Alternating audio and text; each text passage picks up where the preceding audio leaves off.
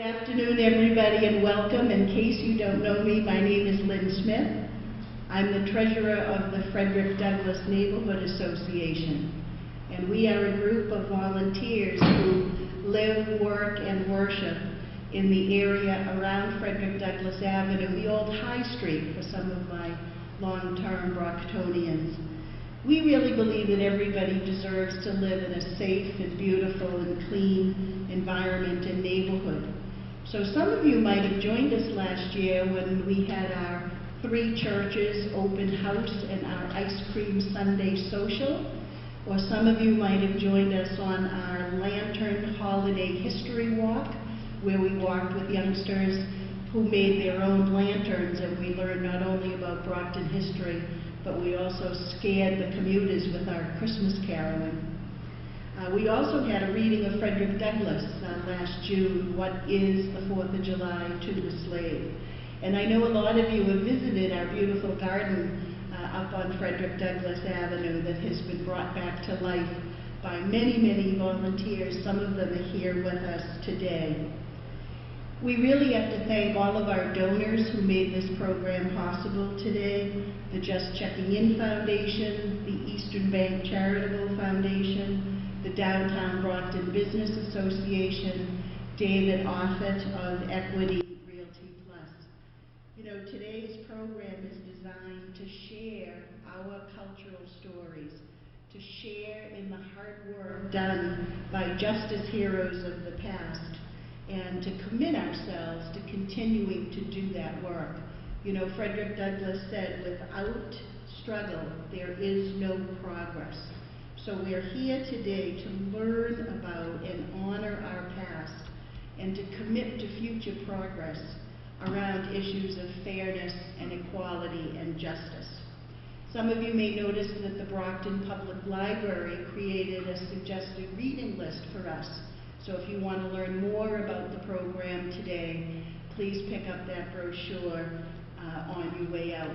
We also want to give our heartfelt thanks to Mass Humanities. You know, this little neighborhood association, this little volunteer group, less than 2 years old, through a partnership with the City of Brockton, was able to earn a $10,000 grant from Mass Humanities. You know, not bad from starting from pulling weeds. So we hope today's program will fulfill one of their missions: to use the humanities as the tools to understand and appreciate the experiences of others and the ways in which issues that confront us now have been understood in places far and wide in today's world and in the world past. And we have to thank the City of Brockton, who partnered with the Frederick Douglass Neighborhood Association and in our grant application and supported us in our vision. I know Nick and the people that work in the mayor's office did everything they could to help me out. And so in the spirit of that and as a thank you, I'd like to present to you our mayor, Bill Carpenter.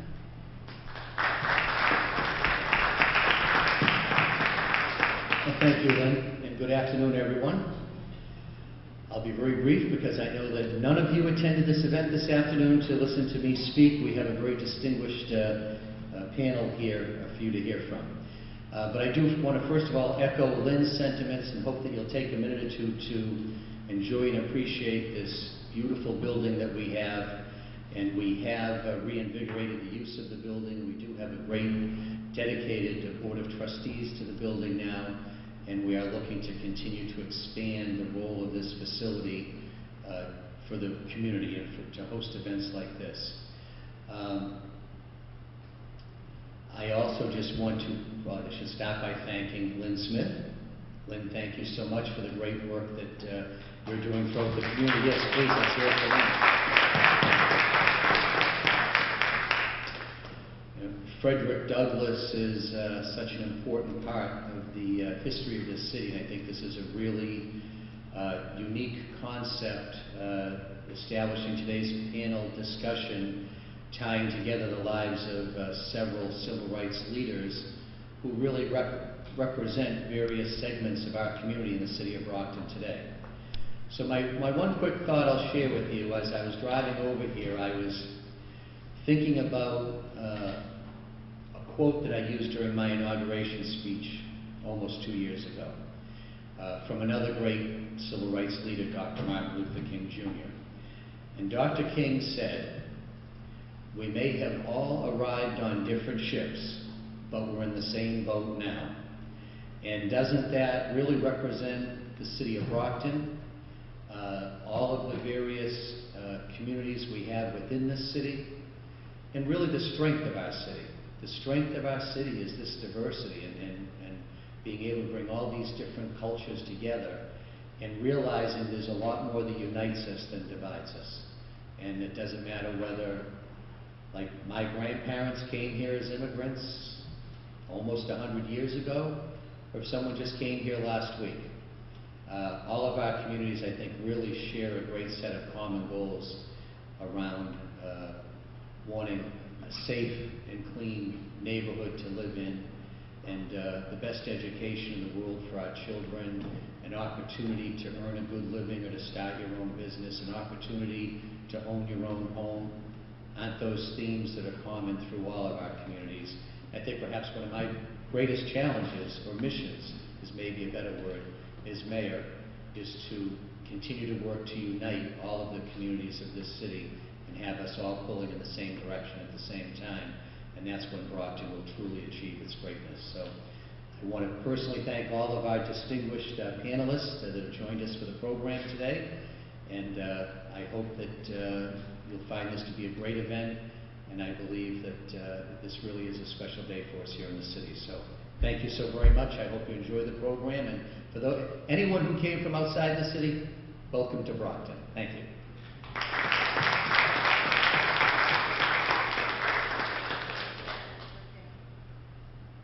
Thank you very much, Mayor Carpenter. I also know that this is a very busy time for a lot of folks because our election in Brockton is September 22nd. And I see quite a number of candidates for office and elected officials. Kindly stand up. Thank you. Thank you for running. Thank you for serving. Thank you for helping our city become what it should be. Thank you. So now may I introduce our panel. As you know, the theme of this program is Strive Toward Freedom Together. That was the name of Dr. King's book about the Montgomery bus boycott. And as we learned about our Liberty Tree and Edward Bennett and our Underground Railroad stop here in Brockton, we also learned about the threads in Frederick Douglass's life that connect many of the constituencies in Brockton today. When he escaped and lived in New Bedford, most likely he worked with the very skilled shipbuilders from Cape Verde. In his later years, in his 80s, he served as minister to Haiti. He stood next to Susan B. Anthony in her struggle for equal rights for women. His two sons served in the 54th Massachusetts Regiment. If any of you saw the movie Glory with Denzel Washington, and Frederick Douglass was the one who lobbied President Lincoln very hard that the black soldiers should be paid equally with the white soldiers. We also know that he was very inspired by the work of Toussaint Louverture, the great freedom fighter in Haiti. So we have representing those different constituencies our panel. Near and dear to my heart is Daniel O'Connell. Daniel O'Connell, the great Irish emancipator, the man who fought for the Irish to have equal rights, including the right to vote. And in 1845, Frederick Douglass went to Ireland, stood next to Daniel O'Connell, and supported equal rights for everyone. It became a global issue. And there are many monuments to Frederick Douglass in Ireland. We could not have a program including Daniel O'Connell and Frederick Douglass without, of course, our own Willie Wilson, former professor at Brockton High School, currently teaching at Cardinal Spellman, and also a presenter at the Brockton Historical Society. Next to him is Dr. Joe Rosa. He will be our expert on Amilcar Cabral in Cape Verde, a young man cut down early in his life who fought for freedom. And Dr. Rosa comes to us from Bridgewater State University and is also the executive director of the Pedro Perez Institute for Cape Verdean Studies. So Dr. Rosa. Charlot Lucien is making me remember my 6th grade French. Charlot is one of the original founders of the Haitian Artists Assembly, and he has a voice made for radio. Every time he calls me, I say, ooh. So Charlot is here. And last but not least, Lee Farrow. Lee is a professor at Stonehill. Many of you might know her from the Clementi Leadership Program. And so, of course, Charlot will be talking about Toussaint Louverture, and Lee will be talking about Susan B. Anthony. So with that, I think I've covered all of my bases. I think you've gotten question cards on your way in, so if you're shy and you don't want to ask a question, our students will collect them from you. But now what I'm going to do is just tell one last story about justice. You know, justice is a very deep subject, and we could be here for days. But this is what justice meant to me. I was a little girl growing up, the oldest of 6 children, 3 girls and 3 boys. Now, we didn't have an extra nickel to rub together. And if we were really, really good kids, on a Sunday afternoon, my dad, God rest his soul, would go up to Brigham's ice cream shop, and he would buy 1 quart of vanilla ice cream and 1 pint of chocolate sauce. And he would line the 6 kids up at the kitchen table, and he would dole out the ice cream. And we were all like little chickadees. Who got more? Who got? And my father would just dole it out and say, same, same, same, same, same, same. And so to me, I remember my father's words of justice, same, same, same. But I think our moderator might be able to lead us into a little more detailed conversation. So it's with great pleasure that I introduce one of our instructors at Brockton High School, Gregory Hazelwood, to take over the program. Gregory? Thank you very much, Lynn. I was sort of brought late to the process, but definitely happy to be here.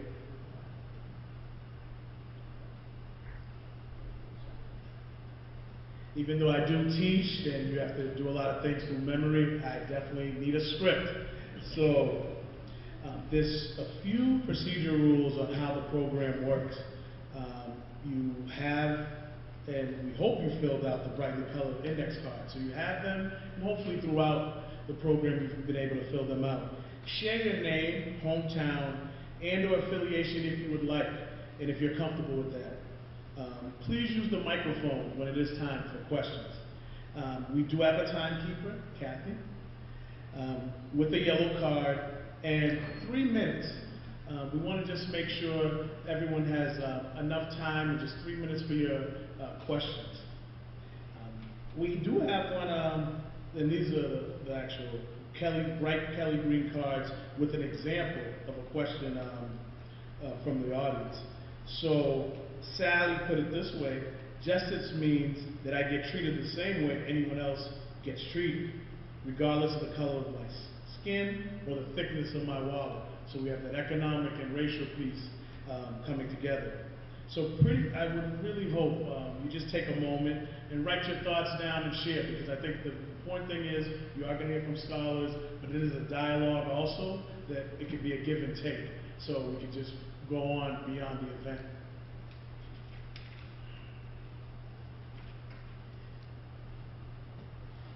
We also have questions, and we're a little curious about Brockton in the 1840s. So when Frederick Douglass came to town and spoke at the Liberty Tree in front of the Edward Bennett stable about freedom and justice, when people were not getting treated equal during that time period in our country.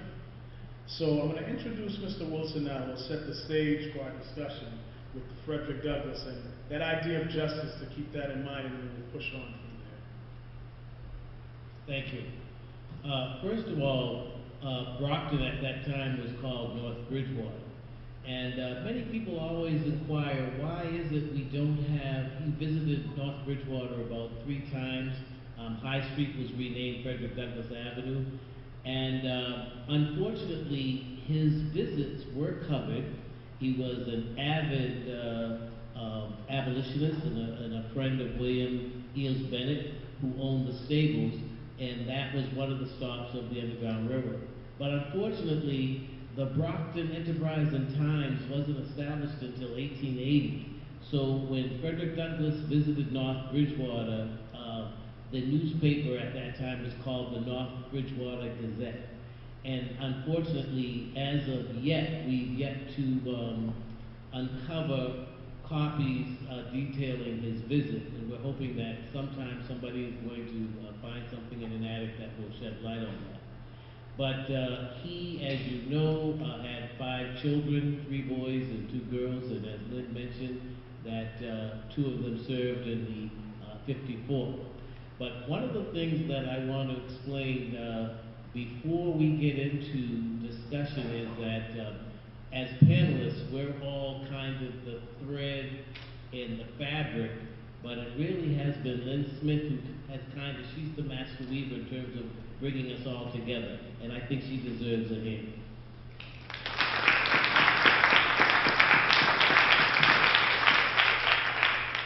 The first thing I want to talk about in terms of Frederick Douglass and Mr. Daniel O'Connell.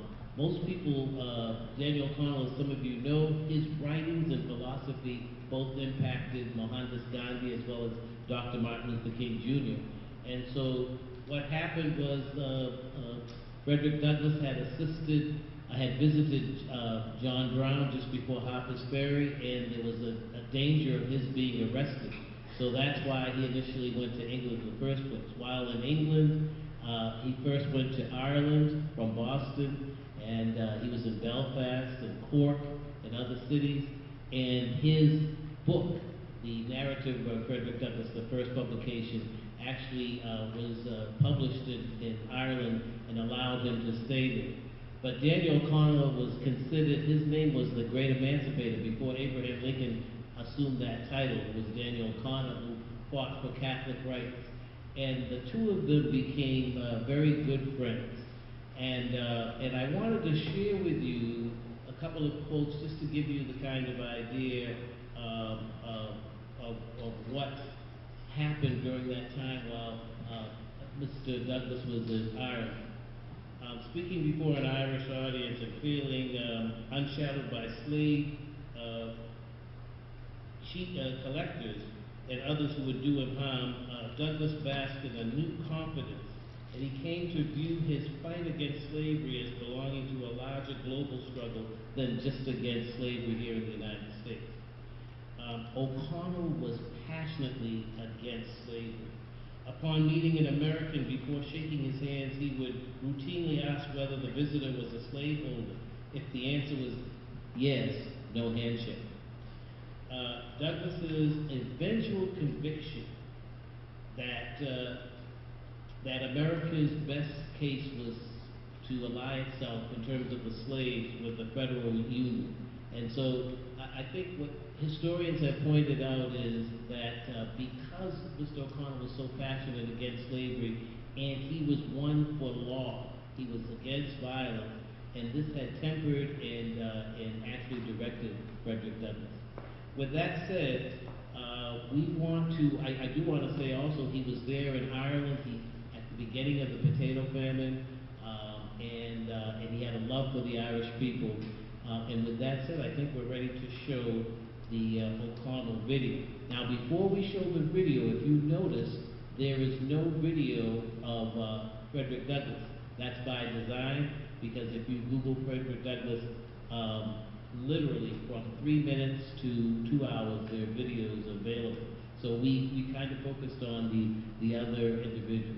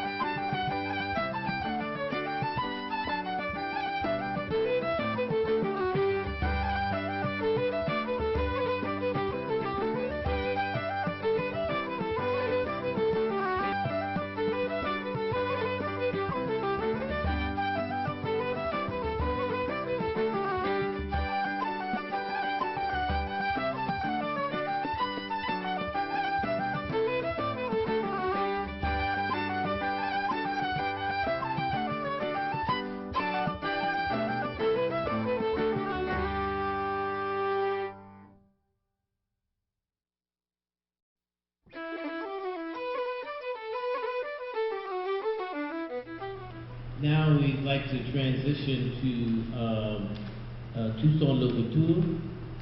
And again, this is someone who both Frederick Douglass and Daniel O'Connell would have read about. And he is one of the icons concerning freedom. And so let me introduce you to my colleague, Charlot Lucien. Bonsoir. Thank you. Good afternoon, Charles Lucien. Thank you again. And I will be sharing a few comments about Toussaint Louverture, and then show a few slides that you,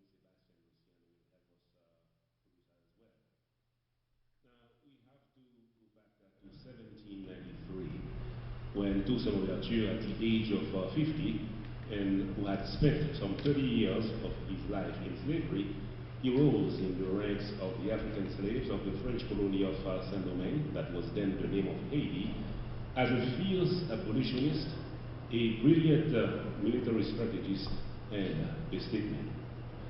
For about 10 years, using knowledge that he acquired from history books, and also by observing European military strategists at that time, Toussaint Louverture, and by the way, l'ouverture means in French the opening, and that was due to his ability to open the flanks and the ranks of the enemy troops in order to succeed and to vanquish them. So Toussaint Louverture at some point will pursue a relentless military and guerrilla war against the Spanish troops between 1973 and 1974, the British troops between 1794 and 1798, and the French troops of Napoleon Bonaparte between 1801 up to 1802. And doing so, he defeated all of them and systematically dismantled the slave structure that had kept more than 500,000 black Africans in slavery. His quest for freedom later took a shift when he moved to assert the autonomy of the colony under his sole authority, and by doing so not only defying Napoleon Bonaparte, but also maneuvering in between the competing interests of the European colonial powers, again the Spaniard, Great Britain, and France, and at the same time, of course, dealing with some 4 to 5 US presidents, among the Adams and the Jeffersons. In 1802, he was captured after Napoleon Bonaparte had sent what was considered back then as the most powerful and largest armada sent in an island to reconquer a colony. Napoleon Bonaparte would ultimately lose some 60,000 troops in Haiti attempting to reinstate slavery. Now, as a result of Napoleon's losing those 60,000 troops, he would abandon the plan to use Haiti as a stepping point to invade the US, and that would lead to Napoleon selling to Jefferson the Louisiana territories and surrounding areas, and that would literally double the size of the US. And this is also considered as the least or the most interesting real estate deal, because currently, if they were to sell Louisiana back then, that would have been some $50 million, just what you need to buy 2 houses in Newton. So Louverture has since then celebrated across 3 continents with memorials, academic publications, and cultural tributes. There are more documents that came out and that show his ties to the larger abolitionist movement in England or in the US. So whether you talk about integration and collaboration among whites, mulattoes, and blacks, whether you talk about the establishment of a multicultural society, whether you talk about the use or the promotion of hard work and education in order to uplift certain communities, you will find those concepts into Toussaint Louverture, fight and evolution in the 18th century. Now, you would find later that charismatic revolt heroes such as Denmark Vesey Whether you talk about Frederick Douglass or Senator Wendell Phillips or John Brown or even Malcolm X, all of them at some point will make reference to the impact and influence of Toussaint Louverture. Just to quote Frederick Douglass, he would say about Toussaint Louverture in 1893, Louverture's high character, his valor, his wisdom, and his unflinching fidelity to the cause of liberty are an inheritance of which his people should be proud. So again today, whether you are in Africa, in France, that I visited recently with my better half and my daughter, you in Africa, France, in the US, whether you talk about also popular culture, books by Alex Haley, or theater pieces by Robertson, as I mentioned earlier on, Malcolm X, there are references to Toussaint Louverture. But I think more than either monuments or streets named after him or cultural events, it is the fact that we will find again his philosophy embedded into policies or approaches used by, whether you talk about Martin Luther King or Nelson Mandela, all of them by what they've done, what they have promoted, you will feel and see the impact and influence of Toussaint Louverture. So to help us go further into parts of his life, Sebastian had put together these slides that I would invite him to maybe help read as they are shown here. Okay. Sebastian?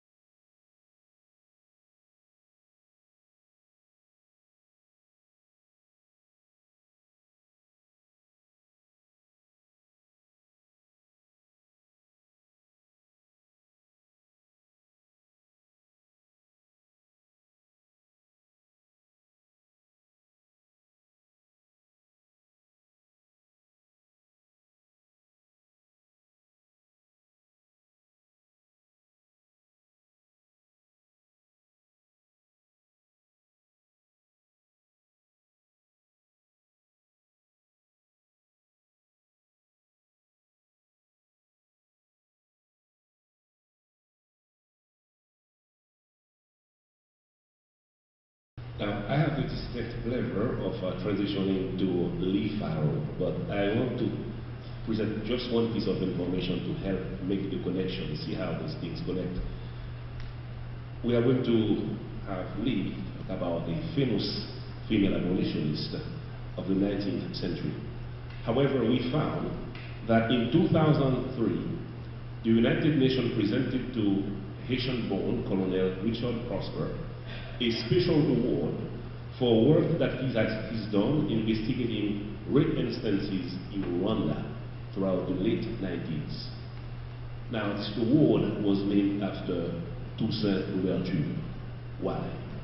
Because they found that in 1798, Toussaint Louverture would have been the first military general to have taken legal measures against any troops found guilty of using rape as a route of war after defeating their enemies in any village taken. So those soldiers, those troops found guilty, were literally taken to a military tribunal, and if found guilty, were put against the wall and literally executed. So this was to say, back then, 1798, Toussaint Louverture was taking those kind of measures to ensure the protection of women, something that will be dear to our next abolitionist that we'll hear later. Lee? Good afternoon, everyone. What a week we've had. Glad to see all of you out with your smiling faces, and I want to attempt to do justice to Susan B. Anthony's work, who is considered the mother of women's rights. We've had in recent days many women who really talk about women's rights, but Susan B. Anthony was someone who really promoted women's suffrage, suffrage meaning the right to vote. She was born in 1820, February 15th, in Adams, Massachusetts. She also had, she was born to a family of Quakers, so it was a very religious background to her. She felt that women had the right to do as much as men did with their God-given talents. And so at a very early age, because her father was also an activist, and she was labeled the agitator, and for those of us who've been on the battlefield fighting for equal rights and justice and social mobility and all of those things, we know that we are considered agitators. Well, Susan B. Anthony was an agitator at a very early age because her father in his household demonstrated activism, and it was in her blood. So she began her plight as a women's sort of spokesperson to really look at the issue of why women were not able to vote, and became and was arrested actually because she acted out of the sort of Civil Disobedience Act to go and try and vote, knowing that she would not be permitted to vote, and so she was arrested and had a famous trial, and she had a sentence and was fined $100. But Susan B. Anthony connected with Frederick Douglass. In some ways, she was considered also one of the engineers of the Underground Railroad. How many of you knew that? Well, she was. And because we always think about the Underground Railroad being the plight from slavery from the South to the North, we always think about Harriet Tubman and all the others who really were engaged on the ground, harboring slaves to freedom. Well, Susan B. Anthony in the North, along with Frederick Douglass, was one of the original engineers of the Underground Railroad. And so, having said that, she also worked with Frederick Douglass in many of his work, and at the Seneca Falls Convention, it's where they really decided that they would begin to really take very seriously the idea of promoting equal rights for women, meaning women being allowed to vote. So in many ways, the 13th, the 14th, and the 15th Amendment, and ultimately the 19th Amendment of the Constitution, tied Susan B. Anthony, it ties Frederick Douglass, it ties all those who talk here today, but certainly Susan B. Anthony and Frederick Douglass, and ultimately Martin Luther King, to what we know now as our freedoms. The 13th Amendment being one that abolished slavery. The 14th Amendment was one that gave individuals citizenship rights. Now, we are hearing about the 14th Amendment all over the place in the public debate now, right? We hear about the 14th Amendment and immigrants' rights, et cetera, et cetera. Well, this was settled through the 14th Amendment. And then the 15th Amendment gave voting rights to those who were enslaved, those who were out of slavery, supposedly theoretically. But guess what? The 19th Amendment allowed very clear, specific language around women's rights to vote. Then along comes Dr. Martin Luther King, who pushed the whole issue of the Jim Crowism that was going on, and the fact that at this point we needed to have the Civil Rights Amendment, which allowed blacks the ability to vote unilaterally across the globe. So right now we have a film that's going to be both a PowerPoint with some lively music, some women's sort of voting rights movement music, and some facts about Susan B. Anthony. Take a watch and listen.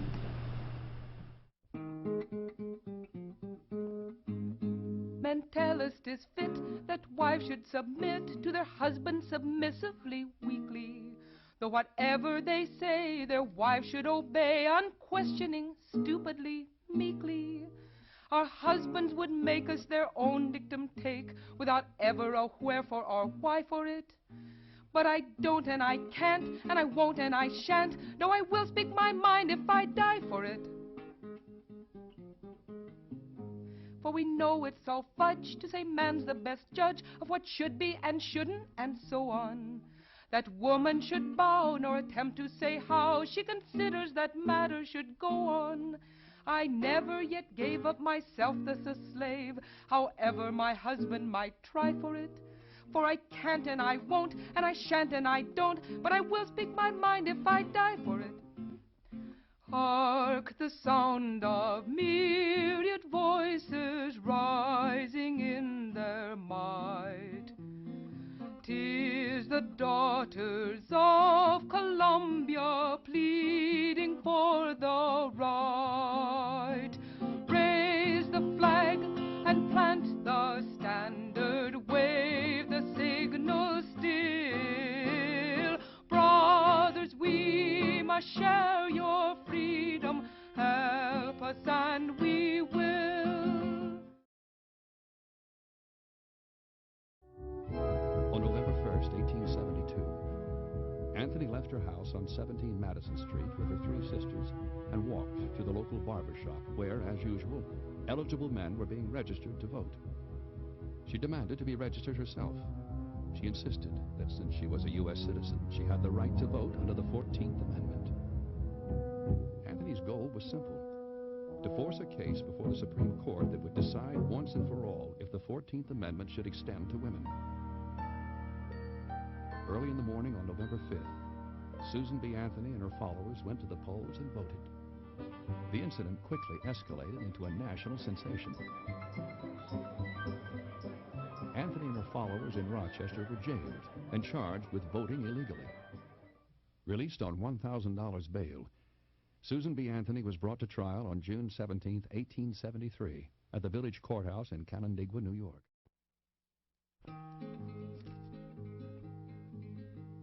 There is a band of women, and to our manor born, emerging from the darkness past and looking toward the morn. Their mothers labored, waited through a night without a star. The morning shows a suffrage flag that bears the woman's star. Hurrah, hurrah, for equal rights, hurrah, hurrah, for the suffrage flag that bears the woman's star. This band is for all reforms, war shall be at an end. Bayonets and swords shall rust, we'll use the brain, the pen. Laden with precious freight now thunders on the progress car. At the headlight waves a suffrage flag that bears the woman's star. Hurrah, hurrah, for equal rights, hurrah, hurrah, for the suffrage flag that bears the woman's star. I know that the words were a little small for you to read, so if any of you really would like to have a copy of this slideshow via PowerPoint email, we'll check out your name on the attendance sheet. That's possible, correct, Lynn? And we can email that to you. It is a very informative, very short snapshot. Susan B. Anthony was, Hillary Clinton is not the first woman who ran for president, right? There are many others, even back in Susan B. Anthony's day. So it's really a wonderful thing to really have this sort of legacy of work that was begun by Susan B. Anthony.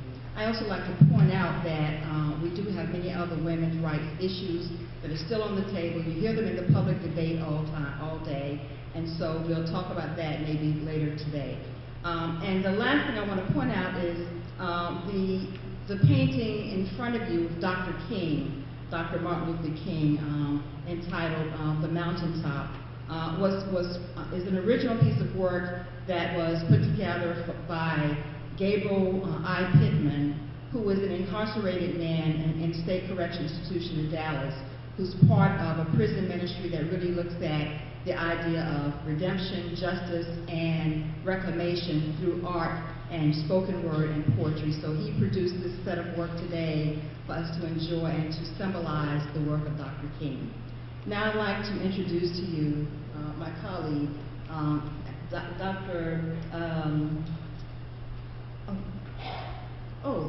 Rosa, Dr. Rosa, who is from Bridgewater State University. And as he talks about his subject, Cabral, you'll be able to really see the linkages between the work that has been talked about today and certainly the work of Susan B. Anthony. So I present to you Dr. The first name is always hard to pronounce, right? Thank you. I have yet to have a teacher who had an easy time with my first name, so me, no problem. So I'm presenting on the work and the person of Amilcar Cabral, and I have to tell you that it's always a heavy burden to have to talk about Amilcar Cabral, particularly because of the tremendous impact that Cabral had, not only on Cape Verde and Guinea-Bissau, but on the rest of the liberation movements in Africa. Now, Cabral met with, he was born in 1924. He was born in Guinea-Bissau. He grew up in Cape Verde, later studied in Portugal. And he was assassinated in 1973. But Cabral visited the United States while pleading for the case of Cape Verde and Guinea-Bissau. He came here to the United States and had conversations with students who were fighting for civil rights. He had a profound knowledge of the civil rights movement, and certainly compared what was going on in the United States with what was happening in Africa at the time. Now, just so you see the importance of Cabral, Cabral was in the United States pleading for the case of Cape Verde and Guinea-Bissau at a time when the United States, of course, was supporting NATO. NATO was giving the Portuguese weapons to bomb areas of Africa. So this is the amount of openness that Cabral had. I have, one of the issues when I speak about Cabral, I've had the opportunity to do that a few times in my life. And one of the great problems that I have in speaking about Cabral is that very often, particularly when it comes to issues of civil rights, when you have iconic figures, what happens is we remember the icon, but we forget about the struggle that happened in the midst of creating this icon, right? So a case in point is when we talk to students sometimes about Dr. King, and all they remember sometimes is, I have a dream. Yeah, I have a dream speech. Well, there's a lot more to Dr. King than I have a dream.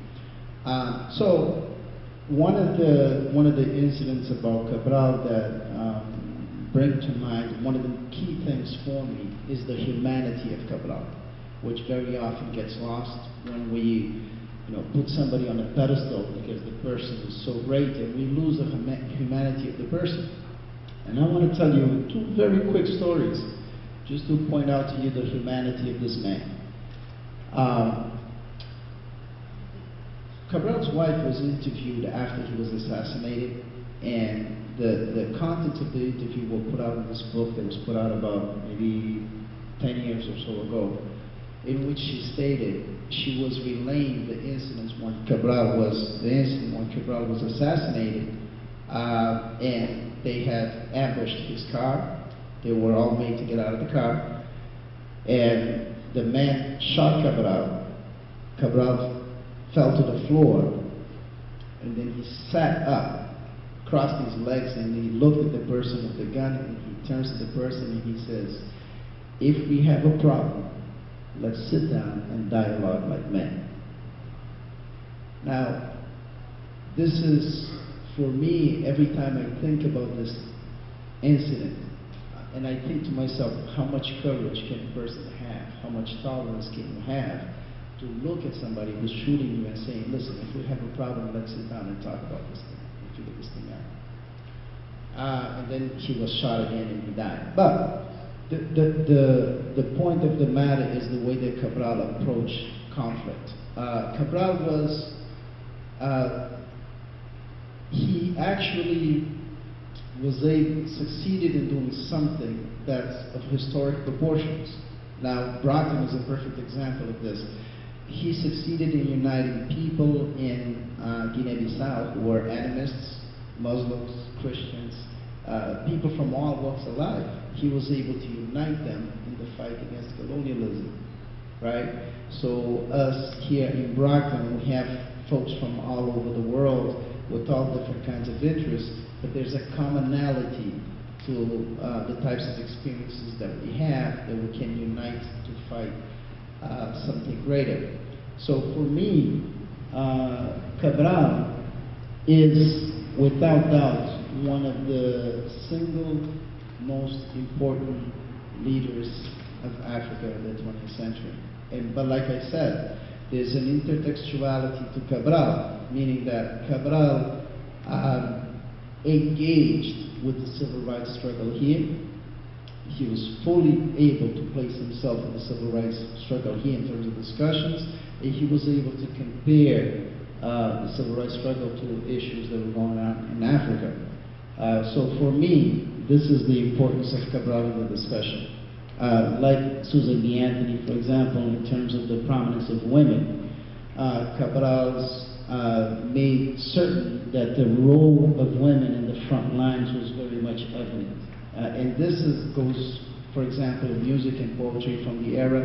And this, again, is another way of, I know I'm short on time, but this is another one of those glimpses of Cabral's humanity.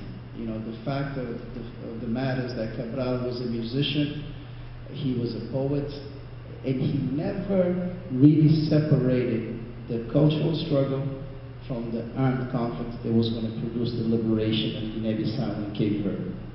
Sadly, he never lived to see Cape Verde liberated, because Cape Verde ended up getting independence in 1975, but only through the extensive work that Cabral did was that able to happen. And having said that, I think I've gone over. Oh, we have a video? Oh, okay. So we're going to show a video. In full disclaimer, we picked up that typo, but it was too late to correct it, so I'm hoping you'll bear with it.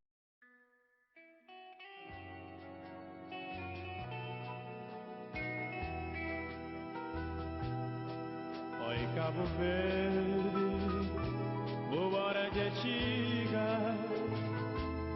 Cima dos irmãos da África gritar. Independência, filhos que anotei, para não ser livre, livre tudo alguém. Oi, Cabo Verde, boa hora de chegar. Cima dos irmãos da África gritar. Independência, filhos que anotei, para não ser livre, livre tudo alguém. Cabral camorre, Cabral e grito que te mundo.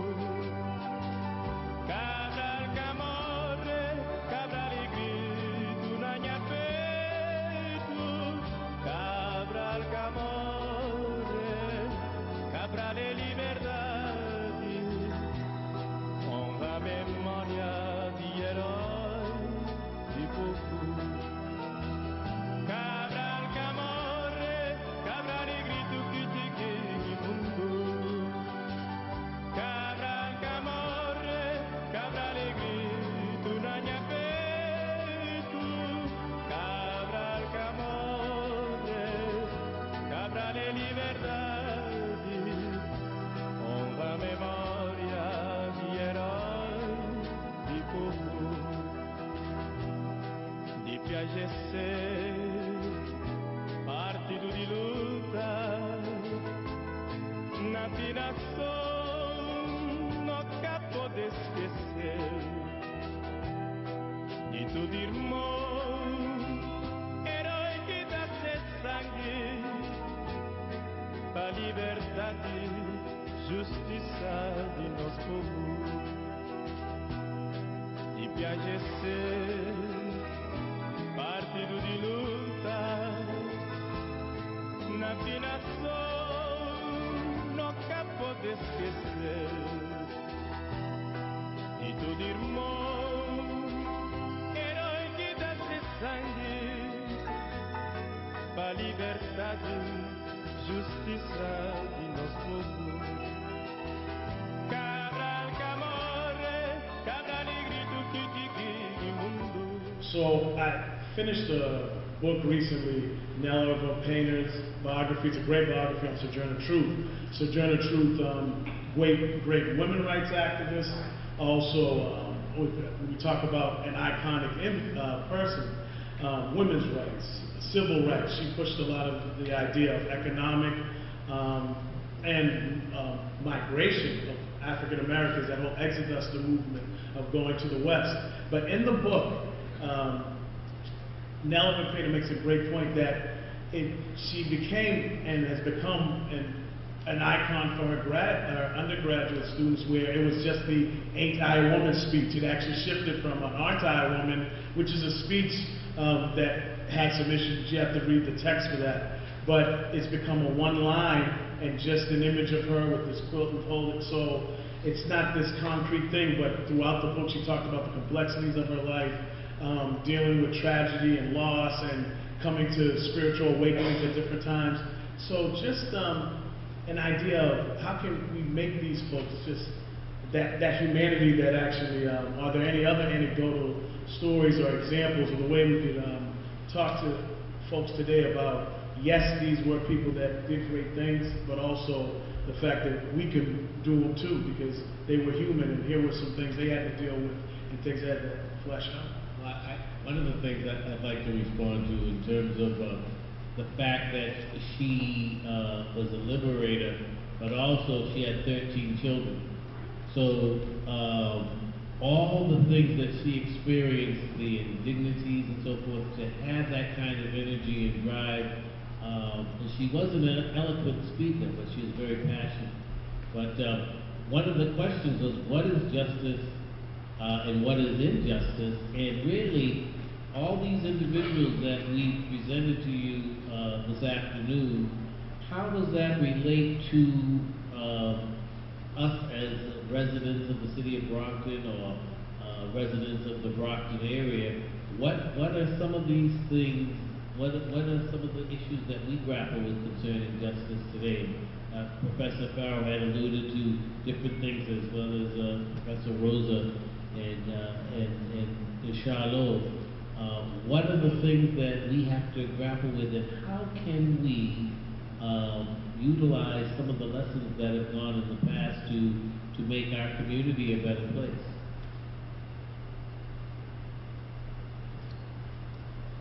I'd like to kind of respond to that because for the past 40 years, I've really been a justice mover, or just sort of social justice activist. And throughout the years, and even going back to Susan B. Anthony's days and all the others who were talked about here today, I always think about justice from sort of an empowerment perspective, right?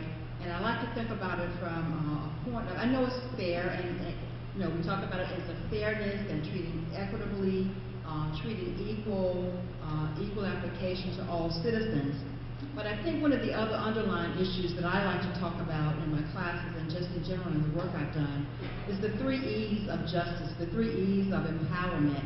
And first, education, really having access to reasonable and in-depth education and an affordable education, public education and affordable education.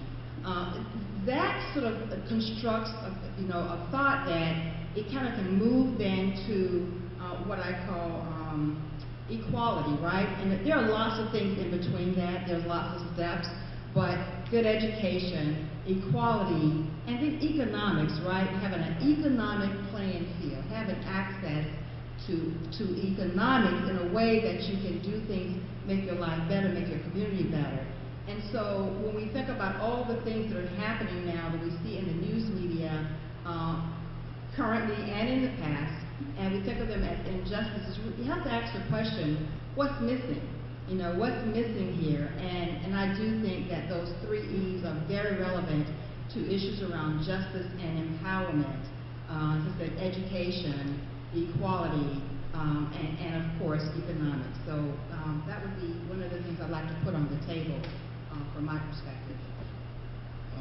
Well, I'd like to take on a couple of different issues. One is the issue of remembering that one-liner of the person. And yeah, there's this issue of justice. There's a Japanese author that has this quote that I remember often, that he says that rectitude is the power to take a certain course of action based upon reason, without wavering, to die when it's right to die, to strike when to strike is right.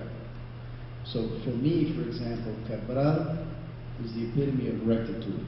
And I think that that's something that transcends all these folks here that we're talking about, right? That independently of the era that you're living, that you have this sense of rectitude, but a sense of rectitude that connects you to the other, that says that, you know, if somebody else is being oppressed, I have a responsibility in this thing.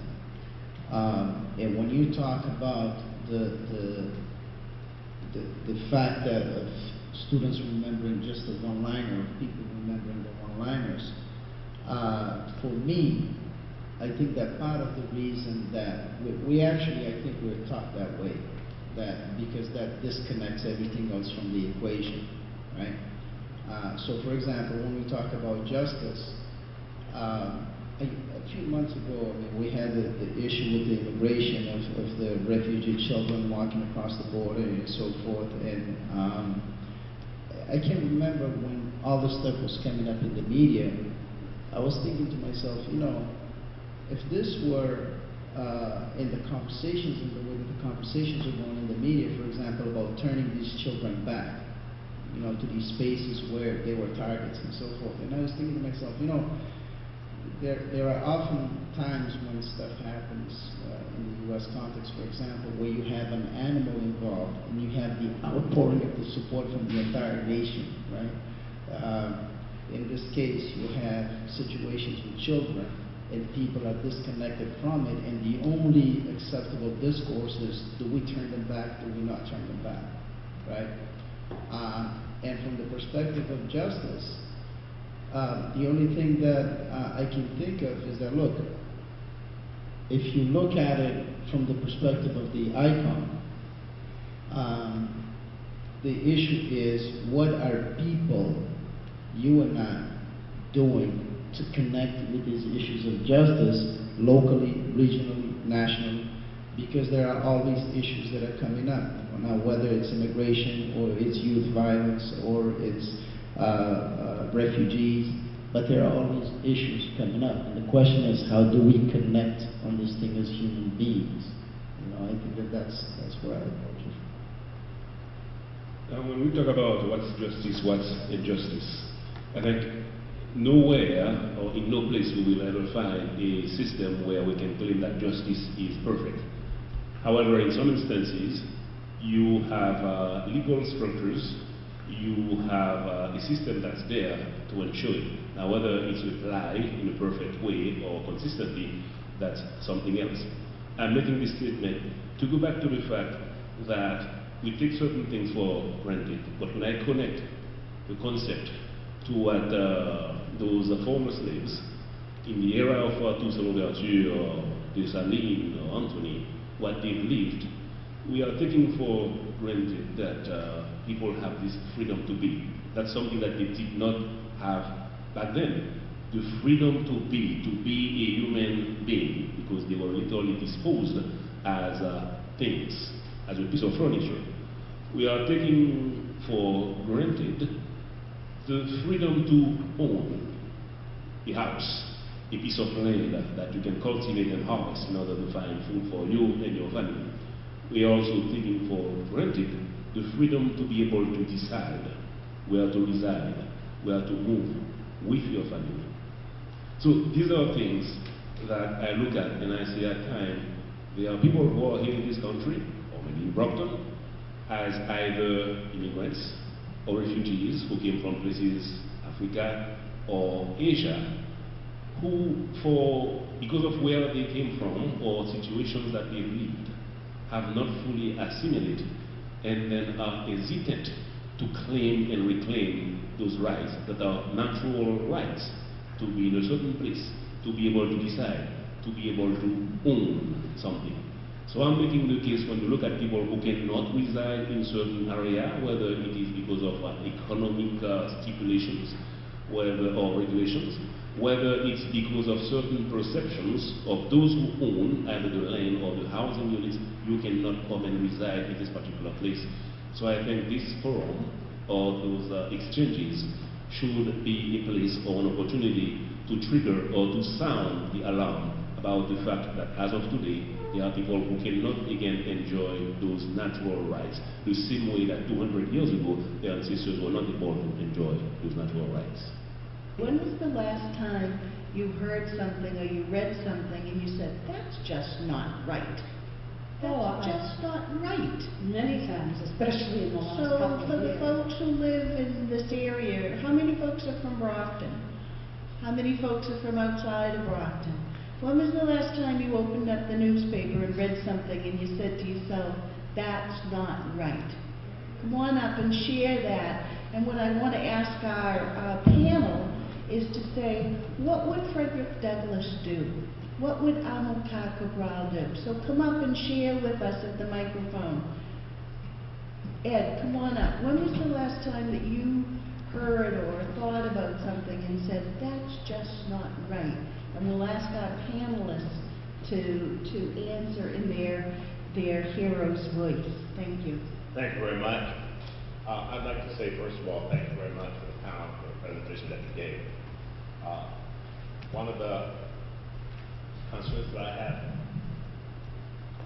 I think that this is an open door to something that is tremendously impacting our community. I think the issue dealing with racism and all of this tends to come from some attitude of one group that's jealous of another. And what I am hoping that would happen, and I would like to hear from you all how it might be addressed, that we can have a sit-down conversation and open with the issues of our color, black and white. One thing, on slavery, a lot of us don't realize that. As a result of slavery, if people look at the true situation with slavery and see the place that black people played in the lives of the white masters and other things, and how they were able to carry things through, I'd like to hear from you. What can we further do from here to bring about a conversation of that subject?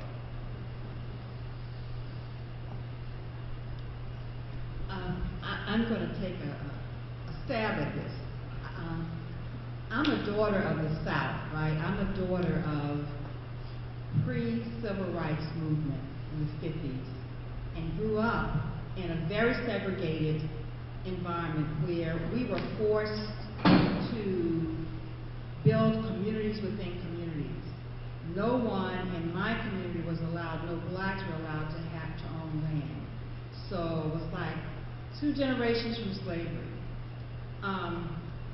What I think about in terms of the way in which we can start a conversation about racism, not race. Race is an illusion, right?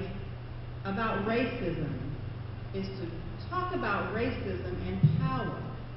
I think at the top of the agenda, power must be addressed, discussed, and thought about in a way that we see it implemented. And so I relate that statement to the South African slogan of Ubuntu, right? I am because you are. And so how do we look at racism and not race, and look at power? Because those who have power beget power and deny power from those who are trying to strive for power, which is why I talked about the 3 E's of justice, right? So I would say a dialogue would really be important to begin really looking and addressing and talking about the issues. Power, what is power? What is perceived power? How does it look? What does it do? And we know the power oftentimes is related to politics and economics, right? So that would be my take on how we can start a dialogue. Now, it wouldn't end there, but certainly those are the 2 things I think would be really important. And Charlotte, you told me an interesting story about the coalition that Toussaint Louverture was able to put together. Yes, remembering that initially blacks, Africans were viewed as inferior, and then Toussaint Louverture rose to become this general who was literally in charge of the entire island, negotiating with the Spaniards, negotiating with England, that offered him a crown if he would represent England, which he denied, also sending letters to the Jeffersons and to the Adams, and incorporating finally in his higher commands both mulattoes and French officers as well. So interestingly, he found a way to get this coalition going and to get this coordination happening, and things were fine. So this was a unique example. But I want to bring this back closer here. He may have been particularly skilled, given education, given proximity both to the black race and to the white race, which allowed him again to build this type of coalition. Just to have some broad language here, we are here today, where at times black communities are viewed as one monolithic group. You may know, for example, that there are people who come from the island who don't necessarily view their blackness the same way that an African American who heard his father or grandfather or grandmother talk about what happened in the 40s, 50s, and 60s, and who has to actually exteriorize the outcome or the impact of what they lived through. Whereas those nations who've been maybe free since 200 years do not feel that they are experiencing their blackness the same way or the stereotyping the same way here.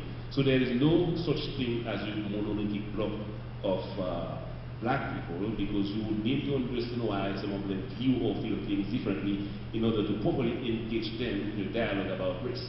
The second thing I want to applaud that lady here who made those comments. Too often in an open forum, people feel that they cannot express things that they are sharing in good faith because they might be viewed as a white racist person. If on the white side or on the black side, people are not open to understand that if this particular person here, who's white, is in this room to express and to share, it's for sure because there is an attempt to understand and to move the dialogue. So ultimately, I would say that we will also need very highly skilled facilitators, moderators, to be able to drive this kind of dialogue. We'll need very well-crafted fora like this one to again help drive the dialogue in a way that feels safe for everybody, and then from there we can move to the next step. I wanted to mention something, 3 points. The first point, we were talking about power, and I wanted to read a quote to you, what Frederick Douglass stated. If there is no struggle, there is no progress. Those who profess to favor freedom, yet deprecate agitation, are men who want the crops without plowing up the ground. They want rain without thunder. They want the ocean without the awful roar of its many waters. This struggle may be a moral one or a physical one, but it must be a struggle. Power concedes nothing without demand. It never has and never will. Show me the exact amount of wrong and injustices that are visited upon a person, and I will show you the exact amount of words endured by these people. These wrongs and injustices may be fought with words or with blows or both. The limits of tyrants are prescribed by the endurance of those whom they oppose. And it's so relevant to now. Now, within that context, recently a young Sudanese student had made a clock, and it was thought to be a bomb, and there was a big incident. And one of the things that you mentioned in terms of the communities of color, it's not monolithic. And people tend to forget that African Americans, we have been slaves for 246 years. It won't be until 2111 that, you know, we've been slaves longer than we've been free. So people tend to think of things out of context. But I wanted to cite that example in terms of this young boy. So the Sudanese African American community was concerned because the young man is Muslim, and it's not monolithic. It's African American, they're black, they're African, but they live in America, and some of them are citizens. So again, it's asking people to, as I put on my glasses, when I put my glasses on, I'm seeing you through a different lens. So we're asking people, as Ellie had mentioned earlier, to kind of step out of their comfort zone and try to put yourself in somebody else's shoes. And if I can just jump in for 1 second, if any of you know the story of Edward Bennett of Brockton. So in the 1840s on High Street, there was a stables and a tavern or a hotel that was run by a man named Edward Bennett. Now, during the time of abolitionists, you could either be a rabid abolitionist or you could be, well, leave it in the South and it's okay. And Mr. Bennett of Brockton was a very outspoken, very forceful abolitionist who, in his obituary, some comments were made in terms of his character, but we won't go down that path. And so the question is, even then in the 1840s in Brockton, there were different approaches and different thoughts in terms of freedom and justice and equality. You can read, I read the 1935 newspaper article where Mr. Bennett would talk about the delivery of wool that he expected at his stable.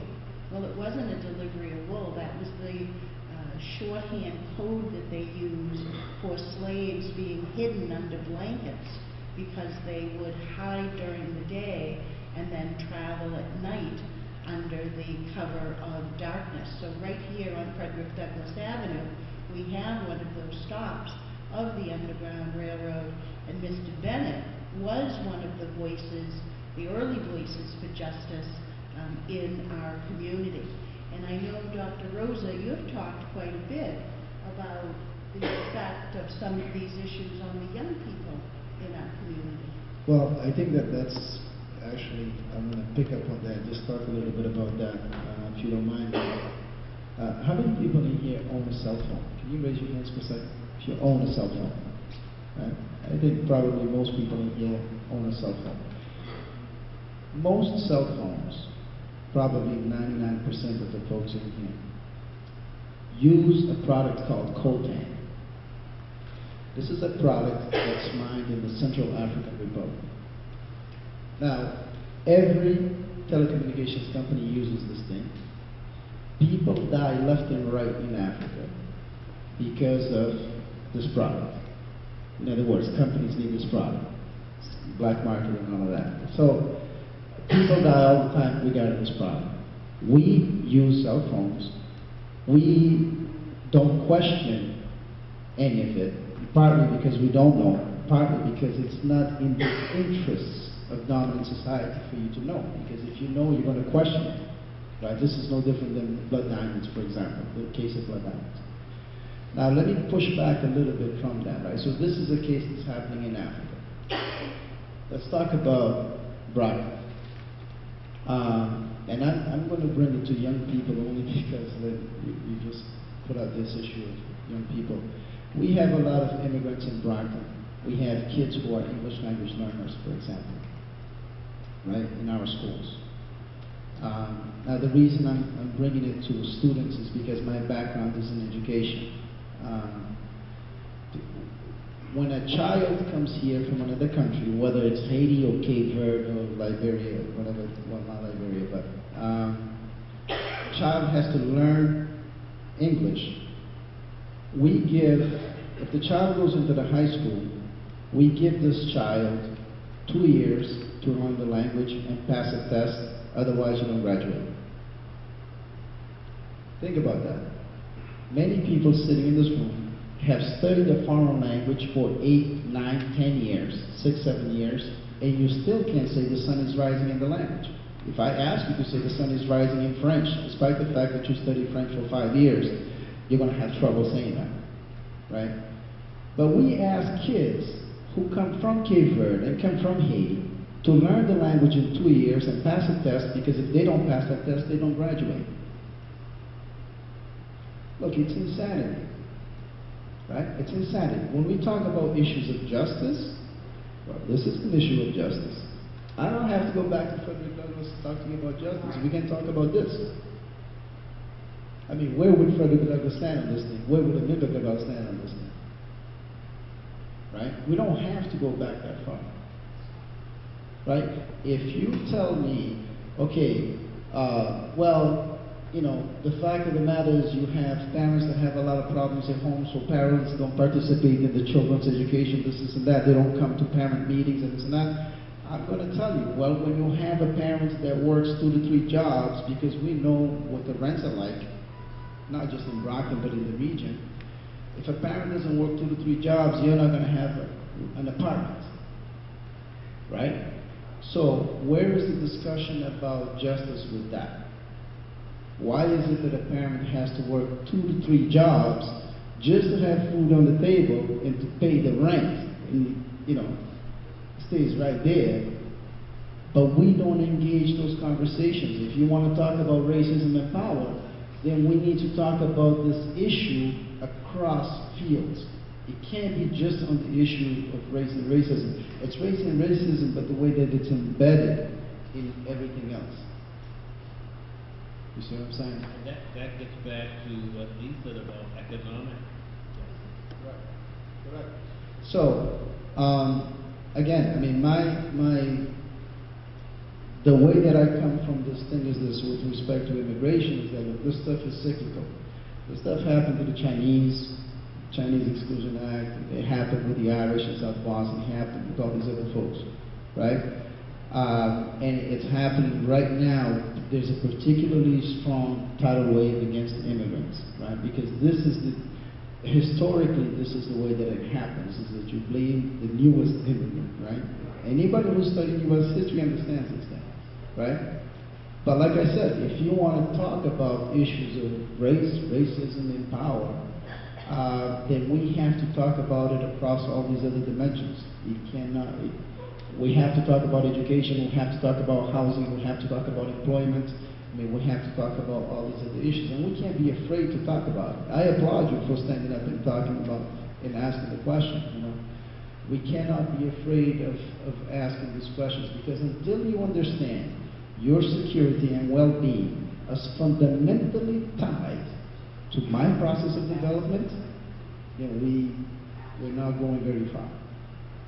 It's only when you understand that yes, we can push forward. And it's very possible, because like I said, Cabral was able to unite animists, Muslims, Christians, atheists. I mean, he was able to unite all these people against one cause. So we have all these differences in Brockton. We can unite against particular causes, but it requires having an honest conversation, right? That the parameters are not set, that we say, well, we only talk about this. The immigration debate, we can only talk about whether we turn the kids back or we don't turn them back. We don't talk about why is it that they're like that in the first place. We don't talk about that because that's not allowable for debate. You see what I'm saying? I know there was a few more hands. Feel free to chime in, folks. There's no question that's too foolish or unimportant. Definitely not.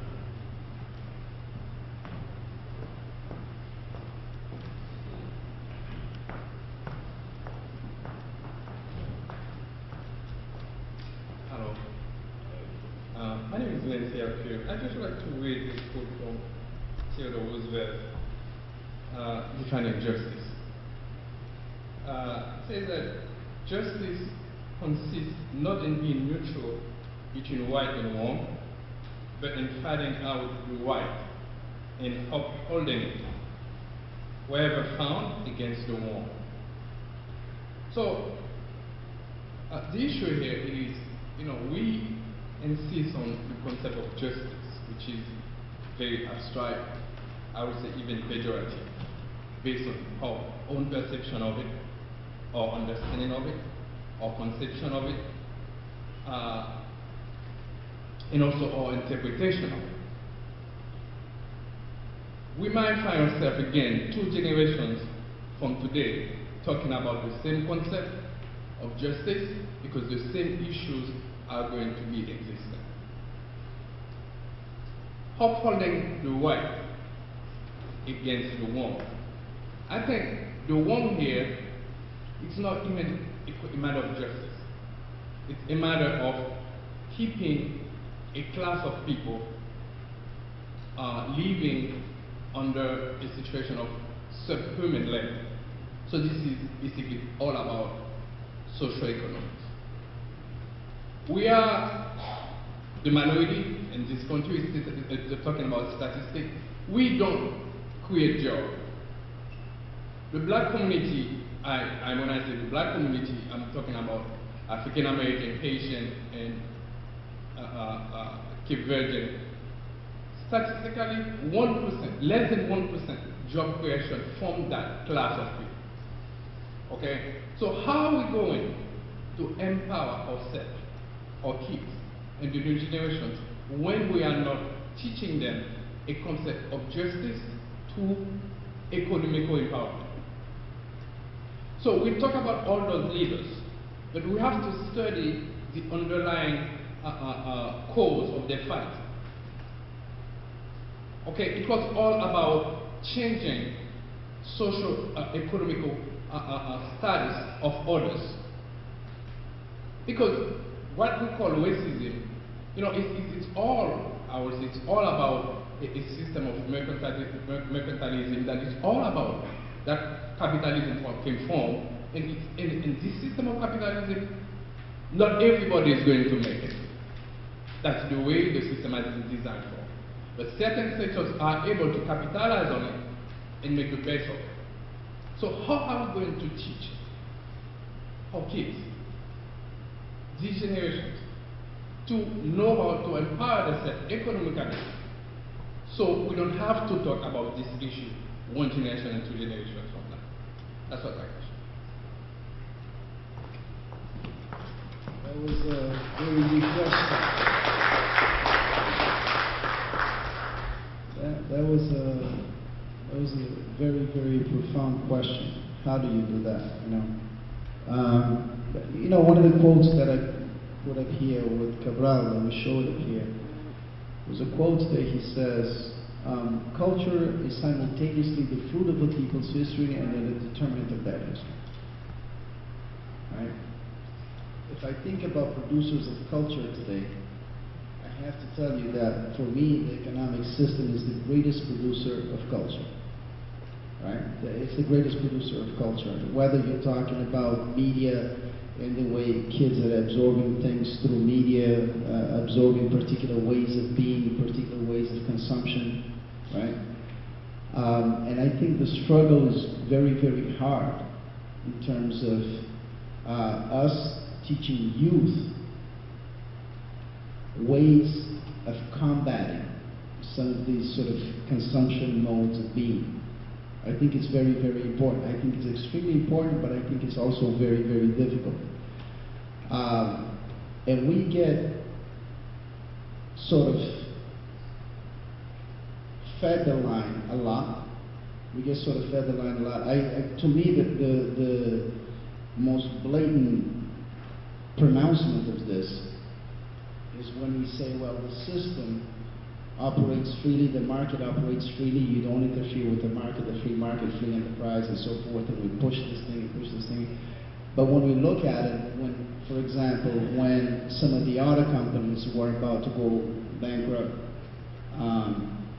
in Detroit, the federal government stepped in and bailed them out, right? If the market was really free, you'd let the market work.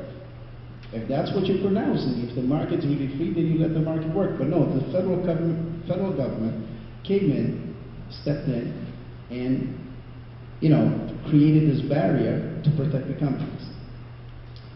Yet, when we talk about health care for folks who are older, like my father, for example, you say, no, you cannot have that. You can't have a national health care system because it's not the laws of the market. The government shouldn't interfere in that. Well, why should the government interfere in saving GM, but not interfere in the production of health care for my father?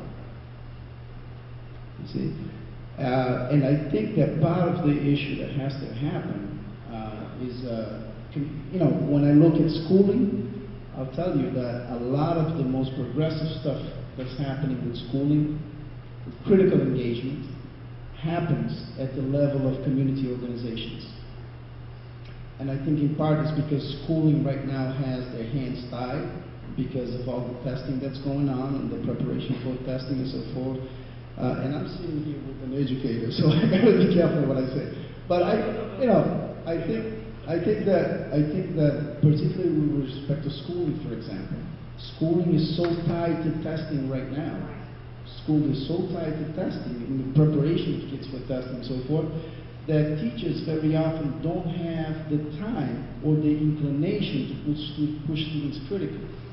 But my question is exactly what you're asking. What kind of a citizen do you want 15 to 20 years from now? I mean, do you want the citizen who's critically engaged, who can think about things, solve problems, push forward in society, or do you want a student who can pass a test? Right? Who can pass a test. Now, I'm going to give you an example of this, okay? And I hate to put him on the spot because I know he's a very reserved person. So I hate to put him on the spot, but I'm going to give you an example of it. Joe, stand up for a second. Sorry. I'm going to put him on the spot. Okay, have a seat there. Joe Hardy was the first student in New Bedford Public Schools as a freshman in high school to be accepted to a dual enrollment program in high school and in college. Think about that. He's getting college credit as a high school student. Right? And like I said, I know he's reserved, so he's hating the attention right now, so don't look that way. You're going to get on the apple. But the point that I'm trying to make to you is this. Look, here's a student who's in high school taking college courses, getting credits for the college courses while he's still in high school. Now, if he goes up as a senior and fails this test, he's not going to graduate. How much sense does that make to you? How much sense does that make? We're placing emphasis on this issue of testing. When you talk about how do you educate children to be able to counter some of these things, I'm going to tell you, part of the issue has to fundamentally change the way that we educate our kids. Because for as long as the focus is on testing, on standardized testing specifically, then you're not going to be able to produce the critically engaged students that you need to do this thing. And it's in part a community job, what you're asking for, social organizations in the community. It's in part a parental job, it's in part an education job. But certainly not the education that's geared towards standardized testing as a final aim. Let me put it that way. So, do we have any educators in the hall? Any teachers that like to speak on that? Come up to the microphone. We'd love to hear your voice. Sorry if I've made a few enemies. No, we'd love to hear your voice. Come up to the microphone and share your thoughts and share your ideas. Come on, Dale. Come on, you can do it, Dale. You can do it. Thank you so much.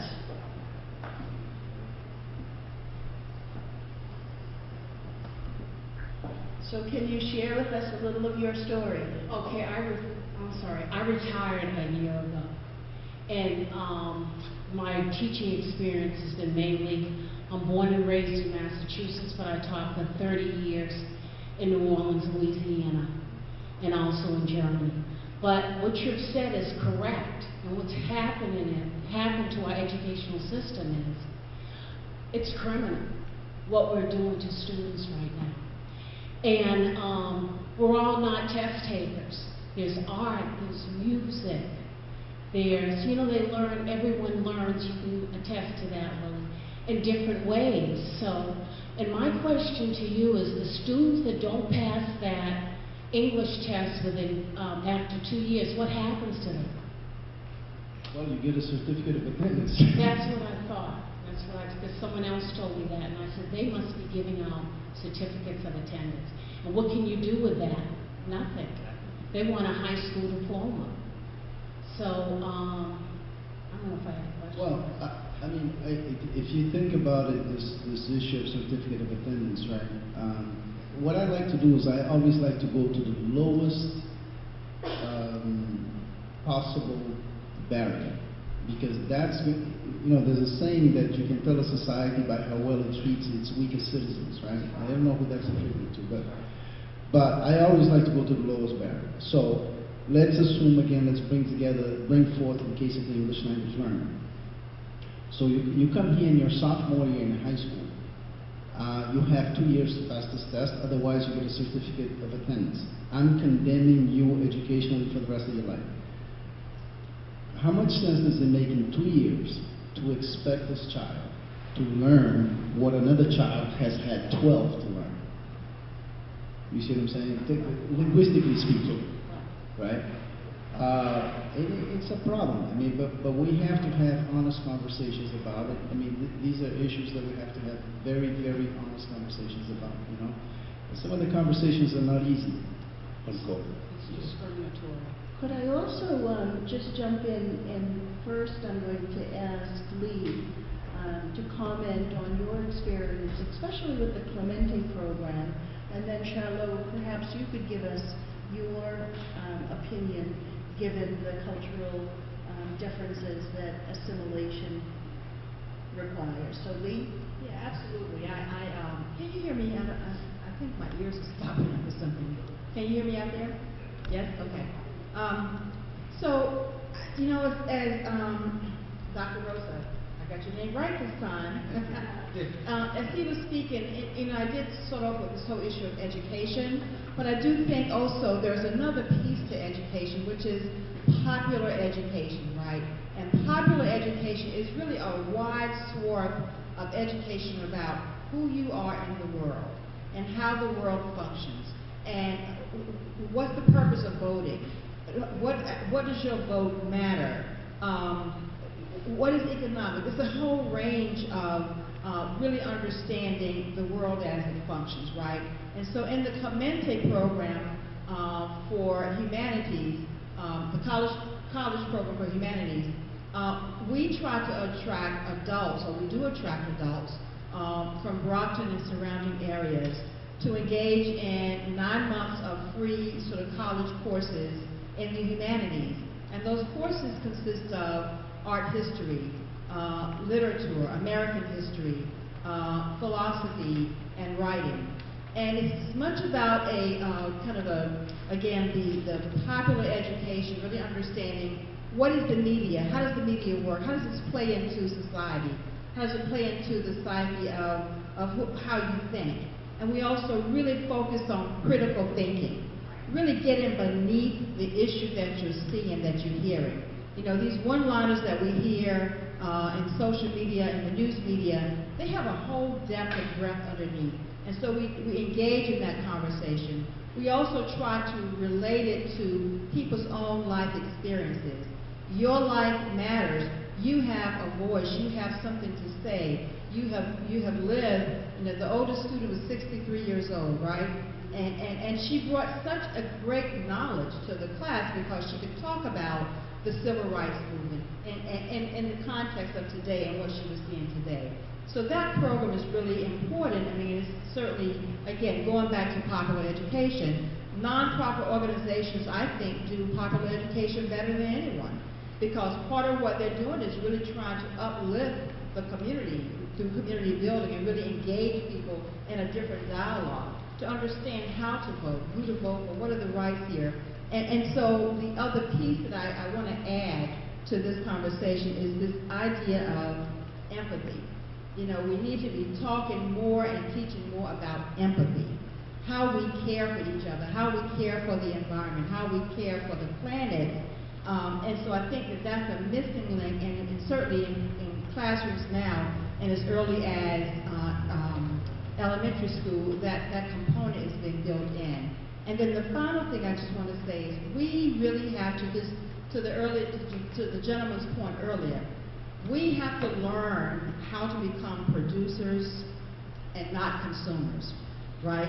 And that's like long-term work, right? I mean, there's a lot that go into that. We don't hold a lot of money, but what we do hold is this idea of consuming. And so how do we change that paradigm?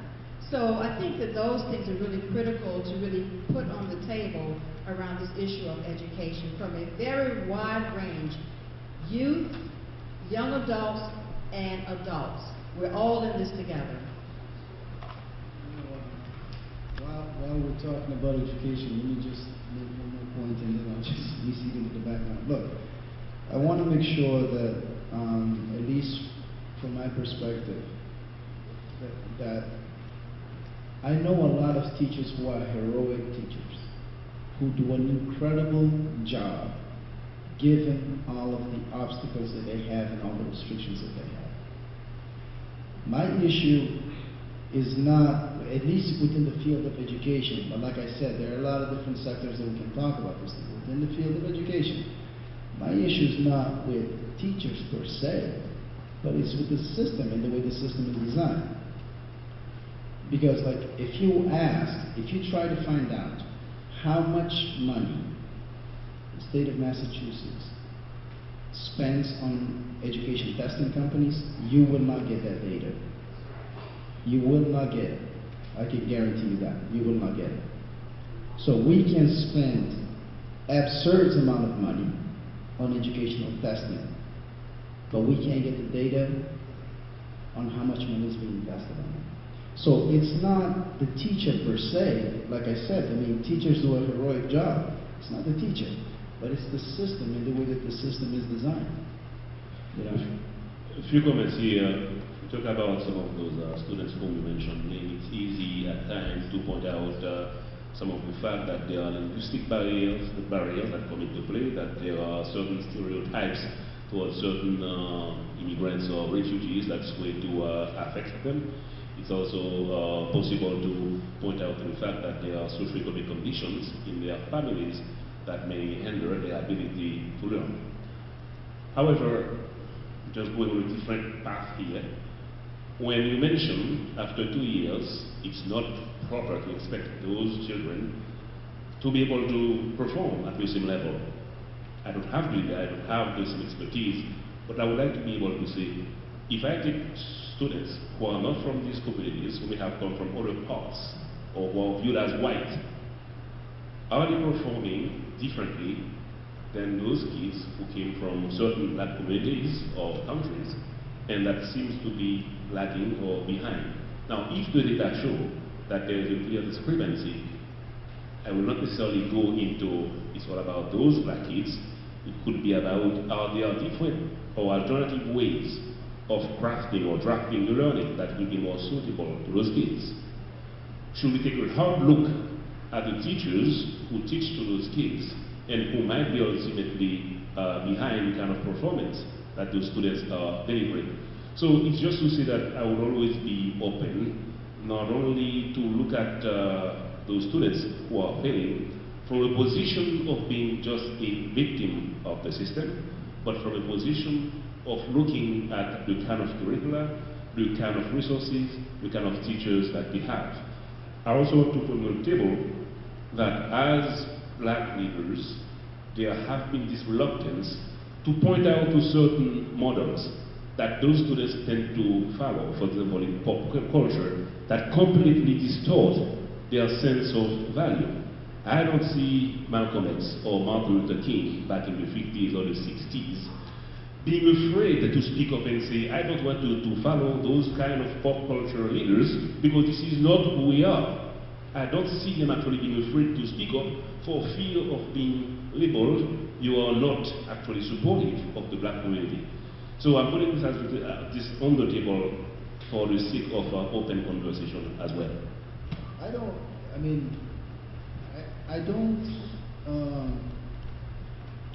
I'm not against testing. I'm against standardized testing.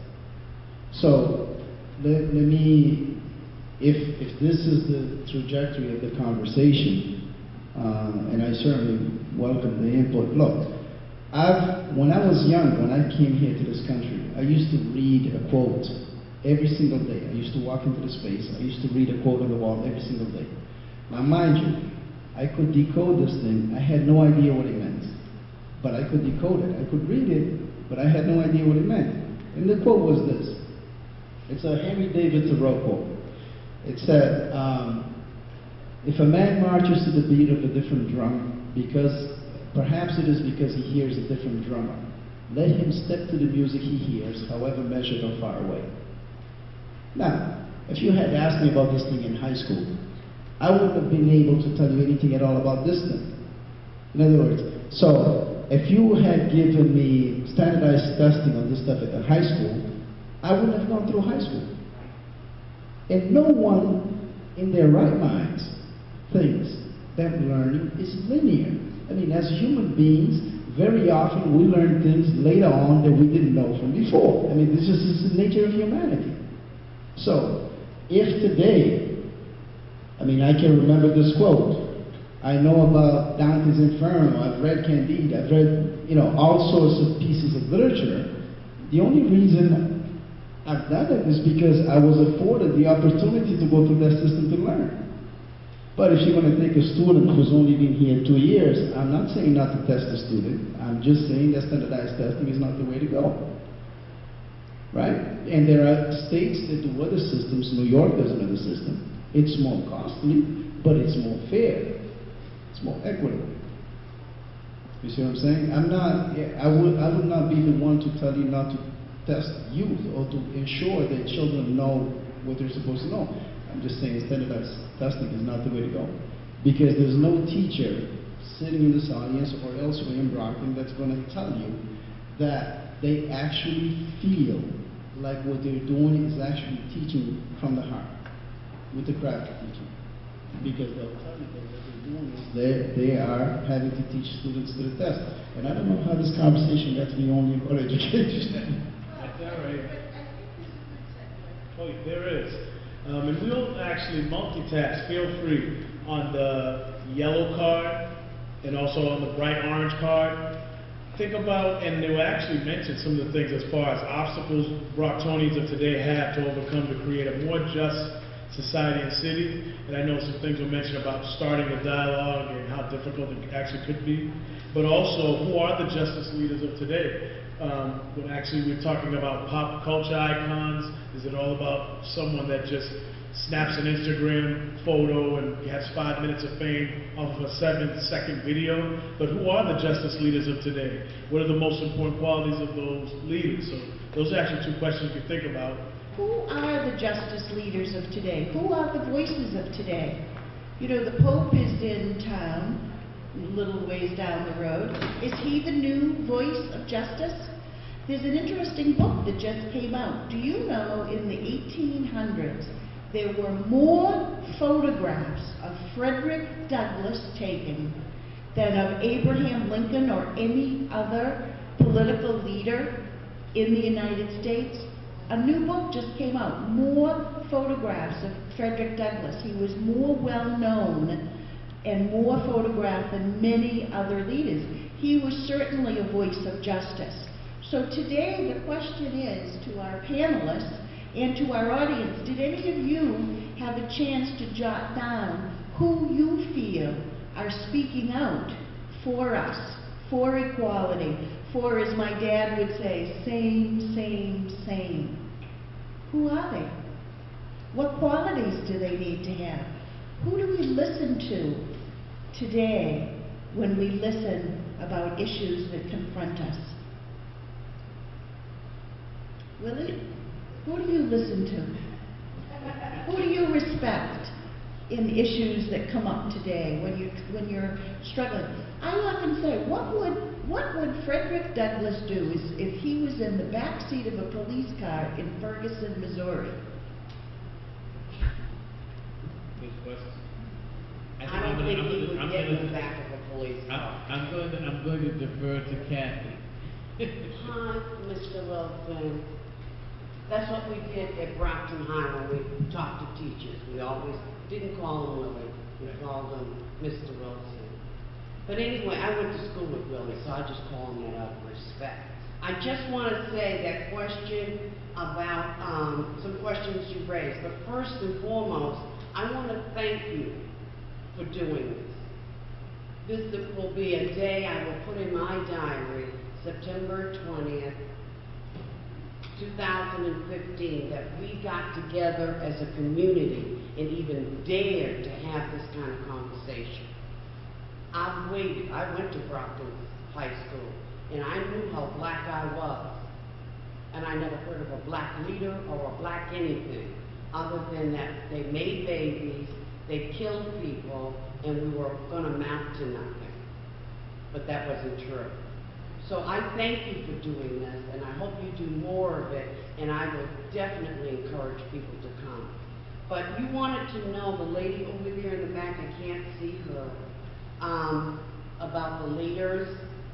First of all, my leaders came out of my home. They were my first leaders.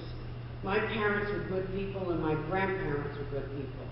And the structure within the home taught us what we were going to do and what we're not going to do. My mother had a favorite expression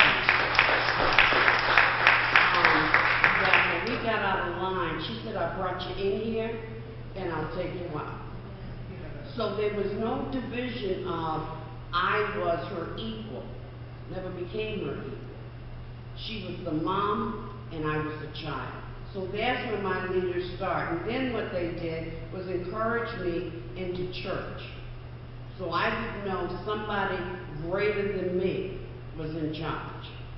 Then from there, I became a leader, working for injustice and supporting justice and helping others and to be guided by the word. I do want to admit that we've got to admit as a community, we don't like each other. We got to be honest about that. We don't like each other, and we don't respect each other, and we don't treat all humans the same.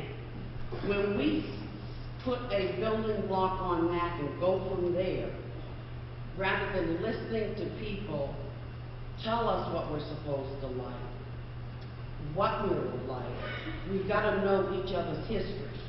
I think it's great that we have the historians back there, but I live in the here and now. And my now sometimes is very difficult and very painful, because when I'm American and I see what happened in the hurricane in Louisiana, and seeing people stand on rooftops and put up signs, that's a sad day for America, sad day. So I just say thank you for having this. Thank you for asking the question about leaders. And thank you for, Willie, for being such a role model in the community. Thank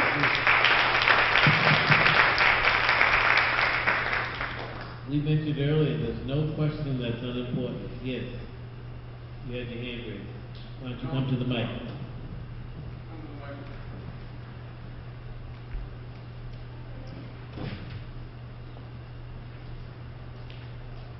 Public speaker, is this loud enough? People say I don't have a loud enough voice usually, so I'm asking you. Okay. My thoughts. First word on the list, respectful. Respectful of yourself, of your family members, of your neighbors, of everyone you encounter. Courtesy and civility. Not recognized much lately. That is a strong point, that when you learn that in your home, it's going to carry a lot further than if you never learned it. Now, the other thing I just want to write about here was, I was married for 43 years. I had no children, but I do have opinions now that I'm an adult instead of a very socially sheltered child. I got good marks in school. I actually entered college. Would not have happened except that Brockton High, they had only one dean of girls, and she did everything, and then told me, you've been accepted at, I applied for 2 places, they said. She says, you've been accepted at Northeastern to be a math major, and they've waived the physics and chemistry requirement. I had taken math and only 1 biology. I didn't even know what she was talking about. I didn't even have a carrot in my life. I didn't know what a college was about, except more classrooms and more things to learn. I liked learning. So, there I was facing life about as unprepared as if I never got out of bed the first day I was born. So, I have taken an interest in public television and documentaries and programs when they have Education Month and different progressive things that are going in schools where people take an interest in the student, encourage the student, mentor the student, grow the student, and the student gets somewhere in life. Just in this last week on television, something very good was there. There are programs available where young people who otherwise would not know anything about how to go through this process, like me, but with more severe social limitations than I might have had, they are mentored all the way through what to expect, how to do your classes, and all the things that you need to know to prepare yourself to know what to do while you're in school, so you'll be prepared to get to college, and then what to do in college, how to get through the college. And before this particular thing, there was a separate thing. There's a program where people mentor or at least have classes for college students to understand what's expected in the workplace in terms of clothing, deportment, all the things that you might not know about, so that you're prepared to fit into that good job, that you might have the education that qualifies you, so that your employer would be happy to have you there. If I had had more mentoring in people in my life, I'd have been a totally different lifestyle in lifetime. I'm happy with, as it turned out, I'm fine with everything. But it does make a difference, and I hope more people will have that opportunity. At the present time, I'm an after-school tutor in a volunteer education program for grades 1 through 4, and I did assist in the ESL over on Pleasant Street for a short time. And I like languages and I like people, and I'm no longer shy, I'm no longer silent, and I'm no longer isolated. So I got there anyway. Thank you very much. Thank you very much. Thank you. And now I know I'm going to get a huge scolding. So cover your ears. But you've just heard from one of the descendants of Edward Bennett. So my panelists, I have to ask you this now. You know our signs are going into the garden, and so I need you now to think about wrapping up, and by asking you this question: what words, what phrases, what descriptors do you want to go on those signs that are going to go into the Frederick Douglass Garden that represents all of the threads through Mr. Douglass's life, so that when the children and the people of Brockton go to the Frederick Douglass Garden and see our signs, they read text and representation that we all need to know about as citizens. So who would like to start with their personage? Shallow? I have 3. One is perseverance. Another one would be learning from adversity. And the third one would be inclusiveness. One of the things that was a thread throughout Dr. King's work, Frederick Douglass' work, and all the others who've spoken here today is this word agitator. And I would like to kind of, temper the word by saying peaceful agitator. The other thing I think would be a real descriptor is this idea of knowledge. Again, a thread. And then the third thing I would like to see on the sign, and I'd be interested to see what the audience writes about Susan B. Anthony, is equality. And that, again, is a thread that goes through all the people who we talked about today, as well as what's happening in our society right now. We have agitation going on, nonviolent sort of, movements. We have fighting for equality, and also equipping yourself with a level of knowledge so you know what you're being agitated about? I would probably pick as a threat would be sacrifice. Because like I said, and this is where I see all of these leaders putting themselves out on the line. The question that was phrased earlier about the leadership and where we see leadership today, I'll just leave it at, there's a young lady in Brockton who's running a mentorship program using poetry with young girls. The girls become very much more open, very much more active, very much more able to analyze the world. And to me, a leader is somebody like that. It's not, and we have these people all in our communities, people that do different things in different venues and so forth. And leadership is what these folks are doing, is sacrificing to work with the youth. Because that's the only way we're going to get at what this gentleman asked, how do you educate the young? I think that's the way to go. So I think sacrifice would be my word. Having been a teacher for 40 years, high school, college, having been a principal, I've always been committed to young people, but I think because society has changed so much, I would say they need, in addition to teachers, they need the entire community. So I would say positive community engagement. And some people that don't realize that you have to have a concern for the next generation, or you're at risk. So, it doesn't matter who the student is, these young people need our help. And I would say positive community engagement.